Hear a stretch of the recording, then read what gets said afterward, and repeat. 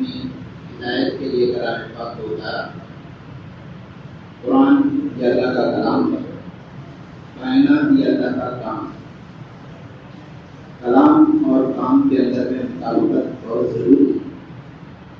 اسی کو سمجھایا کہ اللہ کا پیغام ہم کو ہے کہ ہم نے پوری انسانیت کو جو پیدا کیا ہے ایک مقصد کی طرف پیدا کیا ہے۔ اللہ تبارک و تعالیٰ سورہ ملک کے اندر میں فرماتے ہیں اعوذ باللہ من الشیطان الرجیم بسم اللہ الرحمن الرحیم تبارک الذی بیدہ الملک، بابرکت ہے وہ ذات جس کے ہاتھ میں، بلکہ اسی کے ہاتھ میں، عربی کے یعنی گرامر کو جو لوگ جانتے ہو سمجھ سکتے ہیں کہ بیدی پہلے اور الملک کو بعد میں گزرا ہے کہ اللہ ہی کے ہاتھ میں۔ کائنات میں اللہ تعالیٰ نے انسان، جنات، ثقلین کہلاتے ہیں، ان دونوں کو پیدا کیا، بلکہ اپنا نائب اور خلیفہ انسان کو بنایا ہے۔ اور خلیفہ بنانے سے پہلے بلکہ آپ یہ بھی ایک جان لو کہ ہم سے زیادہ عبادت کرنے والے فرشتے ہیں، لیکن خلافت کا تاج اللہ تعالیٰ نے فرشتوں کو نہیں دیا۔ خلیفہ کس کو بنایا؟ حضرت آدم علیہ السلام، کہ ان کو مسجد ملائکہ بنایا، ان کو جنت میں رکھا۔ جنت پوری آزادی کی جگہ تھی، لیکن ایک پابندی کی جگہ لگا دی ان کو کہ یہ پھل نہ کھانا۔ ان سے ایک نادانی کروائی اور اس کی پاداش کے اندر میں اللہ نے دنیا میں بھیجا۔ تو اب خلیفہ بننے کا اہل کون بن گیا؟ تو وہ جو نادانی کر کے نیچے اترا یہ خلیفہ بننے کا ہے، اور جو خالص عبادات کے اندر میں لگے ہوئے ہیں تو ان کے اندر میں خلافت کی اہلیت نہیں ہے۔ تو اس نادانی کا حل بھی بتا دیا کہ اس نادانی یعنی نادانی ہوگی، لیکن اللہ تبارک و تعالیٰ غفور ہے، رحیم ہے، کہ اس کا مظہر کہاں ہوگا؟ تو اس کا مظہر تبھی ہوگا جب بندے نادانی کریں گے اور اللہ سے رجوع کریں گے، اور پھر صفت غفاری اللہ تعالیٰ کی سامنے آئے گی، صفت ستاری اللہ تعالیٰ کی سامنے آئے گی۔ تو ان صفات کو ظاہر کرنے کے لیے اللہ تعالیٰ نے انسان کو خلیفہ بنا کر کے بھیجا۔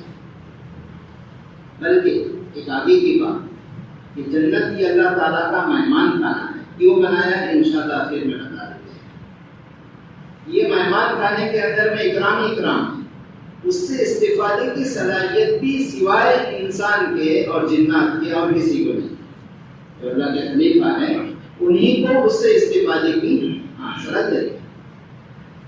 جانور ہے، یہ جانوروں کو اچھی خاصی اگر یعنی بہت دل کو لبھانے والا منظر ہو، دلکش منظر ہو، تو ان جانوروں کو کیا ہے اس سے؟ تو اس سے محسوس ہونے کا کوئی یہ ہے نہیں۔ خیر اس سے نفع تو اٹھا لیتے ہیں وہ، اگر بارش برسے تو ٹھنڈک وہ بھی محسوس کرتے ہیں، گرمی ہو تو گرمی وہ بھی محسوس کرتے ہیں، لیکن دل کو لبھانے والے جو مناظر ہوتے ہیں یہ کوئی حساس طبیعت کی جو اپنے سلیم رکھتے ہیں وہی جان سکتے ہیں۔ اس معنی پر فرشتے جنتوں میں ہیں، جنت میں رہ رہے ہیں، جنت کے اندر میں ہماری خدمتوں کے اوپر بھی وہ معمور رہیں گے، ہم کو سلام کرتے رہیں گے کہ جنتیوں یعنی فرشتوں کا کام رہے گا، لیکن وہ فرشتے اس سے لذت نہیں حاصل کرتے۔ تو جنت سے لذت کون حاصل کرے گا؟ تو یہ خلیفہ کرے گا، یہ اللہ کا نائب کرے گا، جس سے نادانی ہو۔ اللہ تعالیٰ اس صورت کے اندر میں بتا رہے ہیں کہ انسان تم اپنے سبق کو اور مقصد کو نہ بھولو کہ تمہارا اپنا مقصد تمہاری اپنی تخلیق کا مقصد وما خلقت الجن والانس الا لیعبدون اے لیعرفون، کہ معرفت کے لیے تم کو پیدا کیا، میری پہچان۔ کچھ تو اختیارات ہم نے تم کو دنیا میں دے رکھے ہیں، ان اختیارات کی وجہ سے بعض دفعہ آدمی اتنا سخت ہو جاتا ہے، اتنا سخت ہو جاتا ہے وہ کسی کو کتاب و شمار میں نہیں۔ فرعون کے اندر میں فرعونیت کیا آ گئی کہ بس میں ہی میں کتنوں کو قتل کیا، بس موسیٰ تک پیدا نہ ہو جائے، کتنوں کو قتل اللہ ہی کے علم کے اندر بس ایسے جابر ہو جاتے ہیں مت پوچھ۔ لیکن اللہ موقع سے ان کو تعزیہ نے لگاتا ہے۔ ایسی فرعونیت جب بھی جہاں آتی ہے اللہ تعالیٰ تعزیہ نے لگا دیتا ہے۔ ایسے ہی آدمی کسی فیلڈ کا کیوں نہ ہو، ہر ایک کو احساس ہوتا ہے کہ اتنا ہی بڑا کیوں نہ ہو جائے کہ میرے اوپر کوئی نہ کوئی طاقت ہے، اللہ نے اختیار کتنا دیا ہے؟ ایک پیر تو ہم اٹھا سکتے ہیں، بیک وقت دونوں پیر نہیں اٹھا سکتے. یہ ہے کہ ہمارا اختیار ایک پیر اٹھانے کا ہے، دوسرے پیر کے لیے اللہ تعالیٰ نے ہم کو مجبور کیا ہے. ایسی کسی شعبے میں نہیں.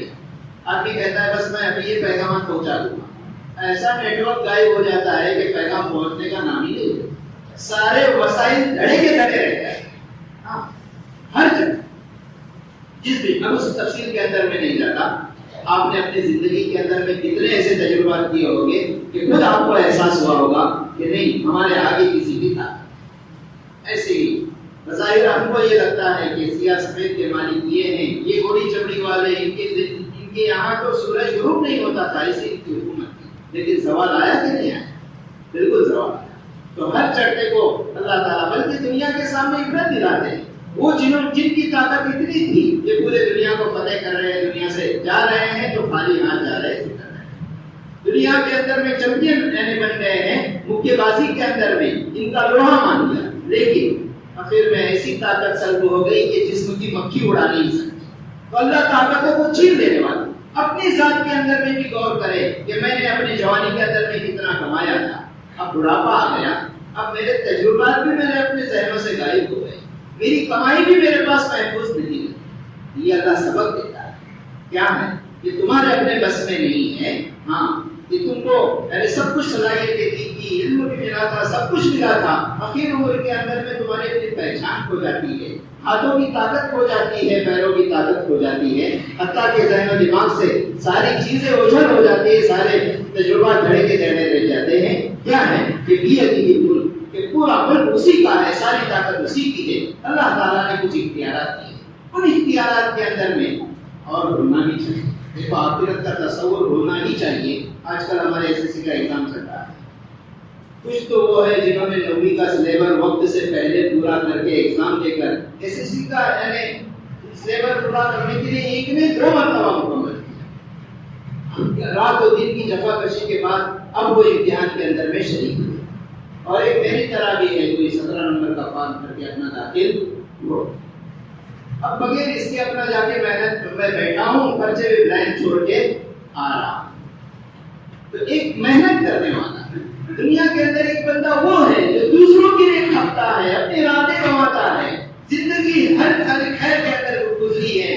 اس کسی کے یہاں موت میت ہو جاوے، میت کی تدفین آج میں کل ہونے والی ہے، رات بھر ان کو گھر والوں کو سلانے کی فکر کر رہا ہے، خود جاگ رہا ہے. دوسروں کے لیے کھپنے والے ایسے کتنے ملیں گے، بھلائیاں کرنے والے لوگوں کی خاطر. اور بعض وہ ہیں جنہوں نے دوسروں کا ناطے کا تنگ کر دیا ہے. ہاں، جب اپنے مقصد کو بھول گئے تو پھر سانپ اور بچھو سے بھی زیادہ نیچے گزر گئے ہیں. سانپ بچھو تو موجودہ سو سامنے انہیں کو ڈنک ماریں گے، لیکن میں نے قانون ایسا مرتب کیا ہوں کہ میرے زندگی کے اندر میں تو لوگوں کی سانسیں تنگ ہو ہی رہی ہے، میں مر کے چلا جاؤں گا وہ قانون باقی رہے گا، دوسروں کی سانسیں بعد میں بھی تنگ ہوتے رہے گی. تو سانپ اور بچھو سے زیادہ خطرناک تو میں ہو گیا نا. اس معنی پر ایسے یہ اللہ تبارک ایسوں کو اگر انعام اور جو نیک تھے ان کو انعام نہ ملے اور جو برے تھے ان کو سزا نہ ملے تو پھر ایسی صورت میں دنیا کا مقصد ہی فوت ہو جائے گا. ہاں، جنہوں نے محنت کی ہے ان کو ثمرہ تو ملنا چاہیے کہ نہیں چاہیے، اور جنہوں نے محنت نہیں کی ہے ان کی ناکامی بھی سامنے آنا چاہیے. تو محنت کا ثمرہ دینے کے لیے آپ کہوں گے دنیا میں، تو دنیا میں یہ ناممکن ہے. کیوں؟ اس لیے کہ کام ابھی پورے نہیں ہوئے ہیں. حضرت ابوبکر صدیق رضی اللہ تعالیٰ نے مسجد قائم کی، مسجد نبی صلی اللہ علیہ وسلم، ابھی وہ ختم نہیں ہوئی، لوگ اس میں نمازیں ابھی تک پڑھ رہے ہیں. میچ ختم ہونے کے بعد مین آف دا میچ ملتا ہے، سیریز ختم ہونے کے بعد مین آف دا سیریز. دنیا ختم ہوگی تب جا کے انعام ملے گا کہ میں نے کتنے خیر کے کام، من سن سنتن حسنۃ فلہ اجرھا واجر من عمل بہا. جو کوئی نیک کام کرتا ہے تو اس نیکی کا اجر اس کرنے والے کو ملتا ہے، بعد میں جتنے لوگ کرتے رہیں گے اس کا اجر ملے گا. حضرت عثمان غنی رضی اللہ عنہ نے کنواں چھوڑا، وہ کنواں آج تک ہے، قیامت تک رہے گا، تو پھر اس کا اجر ابھی تک باقی ہے. اب اگر ان کا فیصلہ کرنے جائیں گے تو نہیں ممکن ہو جائے گا، لہٰذا اس کو پینڈنگ میں رکھا گیا. کب؟ جیسے انفرادی طور پر ایک انسان کی موت آتی ہے، ایسے قیامت آئے گی جو اجتماعی طور پر سبوں کی موت ہوگی. کل من علیہا فان، وہ سب کے ختم ہونے کے بعد قیامت کا دن ہے اور اس کا فیصلہ کوئی حکومت نہیں کر سکتی سوائے اللہ کی ذات. کسی انسان کے بس میں ہے ہی نہیں کسی کو بدلہ دینا. مثال ایک مجرم، کسی مجرم نے، چلو آپ کو وہ تاریخ یاد نہیں ہوگی فرعون کی، اس لیے کہ یہاں بیٹھنے والے وہ حضرات کے ہیں جن کو فرعون کی تاریخ یاد نہیں ہوگی کہ فرعون نے موسیٰ علیہ السلام پیدا نہ ہو جاوے تو اس نے کتنی نسلوں کو برباد کیا ہے. وہ ہمارے ملک کی تاریخ کے اندر ایک جلیانوالہ باغ کا قصہ ہے کہ نادانوں کو، ملک کی آزادی چاہنے والوں کو ایک ناسمجھ نے گولی مروا دی ہے. اب بتاؤ، ایک آدمی نے اگر کسی کا قتل کیا ہے تو اس کی قتل کی پاداش میں آپ سزا دو گے تو کتنی دو گے؟ کہ بس زیادہ سے زیادہ اس کو پھانسی دے دو، اس کو موت کی گھاٹ اتار دو. تو اس سے تو ایک بندے کو مارنے کا بدلہ پورا کیا جائے گا. جنہوں نے سینکڑوں کو مارا ہو تو اس کا بدلہ کیسے ادا ہوگا؟ ایک بیوی تھوڑی بیوہ ہو گئی ہے، کئی بیویاں بھی بیوہ ہو گئی اس کے اپنے حکم سے، اس کے اپنے مارنے سے. تو سزا تو اس کی دنیا میں پوری ہو ہی نہیں سکتی. کیونکہ مر کے جب جائے گا تو اللہ تعالیٰ نے سزا کے لیے جہنم بنائی ہے. کلما نضجت جلودہم فبدلناہم جلودا غیرہا لیذوقوا العذاب. جیسے جیسے اس کی چمڑی جلے گی اللہ نئی چمڑی لائے گی، عذاب یہ جلتا رہے گا، ہر مرتبہ اس کو نیا نیا عذاب ہوتا ہے. یہ اللہ عذاب دیتا رہے گا. یہ پوری زندگی کا حساب اللہ ہی کر سکتا ہے. یہ آخرت کا تصور ہے. جب تک آخرت کا تصور قائم نہیں ہوگا دنیا کے اندر شدور میں محال زندگی بسر رہا ہے. اس لیے یہ قرآن کا ہم کو سبق ہے. تبارک الذی بیدہ الملک وہو علی کل شیء قدیر. وہ ہر چیز پر قادر ہے، ہر ایک کی طاقت کو سلب کرنے والا. تمہیں جوانی کیا جوانی آ رہی ہے لیکن جوانی کے اندر میں بھی عقل سنبھالتے نہیں ہیں. وہ اللہ کسی کی جوانی سے پہلے ہی عقل کو سلب کرنے پر بھی قادر ہے. بڑھاپے میں کرتا تو ہے ہی، اس سے پہلے بھی اللہ تعالیٰ سلب کرنے کے اوپر میں خلق الموت والحیات لیبلوکم ایکم احسن عملا. کہ اللہ تعالیٰ نے موت اور حیات کو پیدا کیا. اور تفصیل ہے وقت پورا ہو گیا کہ موت اور حیات. آپ کہو گے موت کا تذکرہ پہلے کیوں؟ تو موت یہ یاد دہانی کے لیے. زندگی کیا ہے؟ عناصر میں ظہور ترتیب. موت کیا ہے؟ انہیں اجزاء کا پریشان ہونا. 4 عناصر سے بن کے آپ، پانی، ہوا، مٹی سے بنا ہوا مجسمہ، اللہ کی روح اس کے اندر میں آئی. 200 سال پہلے ہم میں سے کوئی بھی نہیں تھا. اس مسجد میں ابھی جتنے افراد ہیں 200 سال پہلے کسی کا وجود تھا؟ 200 سال کے بعد بھی کوئی نہیں رہے گا انشاءاللہ. تو اس معنی پر 200 سال پہلے پھر کہاں تھے؟ تو عالم ارواح کے اندر میں تھے. اس جسد خاکی کے اندر میں ہم بعد میں آئے ہیں. اسی کے بعد ہم جائیں گے، منتقل ہو کر جائیں گے. اس کے بعد پھر موت کو بھی موت آئے گی. تو یہ اللہ تعصب دلا رہے ہیں خلق الموت والحیات لیبلوکم، تاکہ آزمائے. اللہ نے آزمانے کے لیے پیدا کیا ہے. احسن عملا. احسن عملا کو تھوڑا سا بتا کر کے ختم کرتا ہوں. احسن عملا اور اکثر عملا. احسن کے معنی اچھا عمل اور اکثر کے معنی زیادہ عمل. اللہ زیادہ عمل نہیں، اللہ تعالیٰ اچھا عمل چاہتا ہے. زیادہ کا فرق بتاؤں. تبوک کے موقع سے اللہ کے نبی صلی اللہ علیہ وسلم نے چلنا چاہا ہے. حضرت عمر رضی اللہ تعالیٰ نے اپنے گھر کا آدھا اثاثہ لا کر دیا، دل میں یہ کہ میں حضرت ابو بکر سے آگے بڑھ جاؤں. ان کا اثاثہ زیادہ تھا کوانٹٹی کے اعتبار سے، اکثر ابو بکر بھی لائے ہیں، تھوڑی سی پوچھی لائے ہیں بنسبت عمر کے. عمر کو پوچھے اللہ کے نبی صلی اللہ علیہ وسلم. یہ اتفاق نہیں، اللہ نے پوچھوایا ہے، ورنہ ہر ایک سے نہیں پوچھتے ایسے. انہی دونوں کے تقابل کو اللہ نے پوچھوایا ہے. ایسا عمر کیا لائے؟ بولے آدھا لایا. اللہ کے نبی صلی اللہ علیہ وسلم نے حضرت ابو بکر کو پوچھے کیا چھوڑا ہے؟ بولے پورا لے کر آیا. نے کچھ چھوڑا نہیں، صرف اللہ اور اس کے رسول کا نام چھوڑا.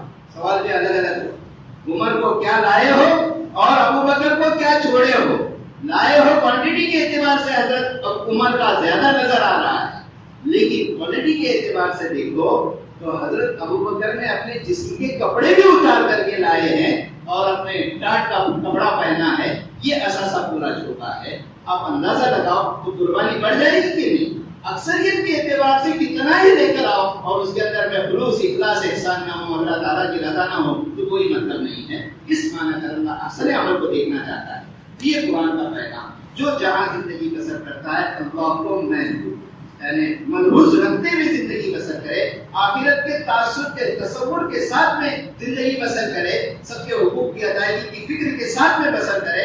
ورنہ اللہ تبارک و تعالیٰ دی ہوئی یعنی چیزوں کو سلب کرنے کے اوپر میں قادر ہے، یہ صرف اللہ تعالیٰ آزمانا چاہتے ہیں اس دنیا کے اندر میں رہتے ہوئے بندے نے اپنے ذات سے کیا عمل کیا ہے۔ انشاءاللہ اس کو آگے لے کر آگے بڑھائیں گے۔ اللہ تبارک و تعالیٰ مرنے سے پہلے مرنے کی تیاری